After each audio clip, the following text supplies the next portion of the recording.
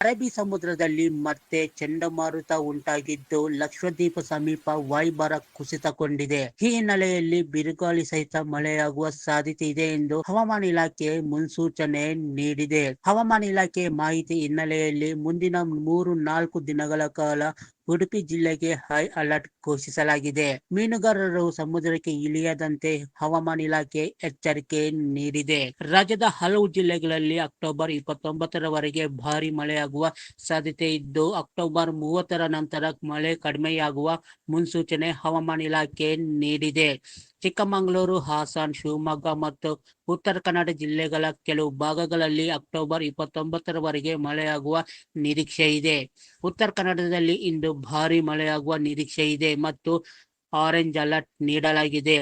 October 28 ಮತ್ತು 29ರಂದು ಉತ್ತರ ಕನ್ನಡ, ದಕ್ಷಿಣ ಕನ್ನಡ ಮತ್ತು ಉಡುಪಿ ಜಿಲ್ಲೆಗಳಲ್ಲಿ ಭಾರಿ ಮಳೆಯಾಗುವ ನಿರೀಕ್ಷೆ ಇದೆ ಮತ್ತು ಆರೆಂಜ್ ಅಲರ್ಟ್ ಎಚ್ಚರಿಕೆ ನೀಡಲಾಗಿದೆ.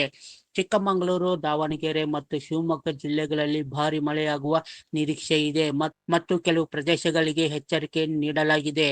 ಇತರ ಹಲವಾರು ಜಿಲ್ಲೆಗಳಲ್ಲಿ ಮಧ್ಯಮ ಮಳೆಯಾಗುವ ನಿರೀಕ್ಷೆ ಇದೆ. ಮುಂದಿನ 48 ಗಂಟೆಗಳ ಕಾಲ ಬೆಂಗಳೂರಿನಲ್ಲಿ ಬೋಗಸ ಮೋಡ ಕವಿದ ವಾತಾವರಣವಿದ್ದು ಲಘು ಮಳೆಯಾಗುವ ನಿರೀಕ್ಷೆ ಇದೆ.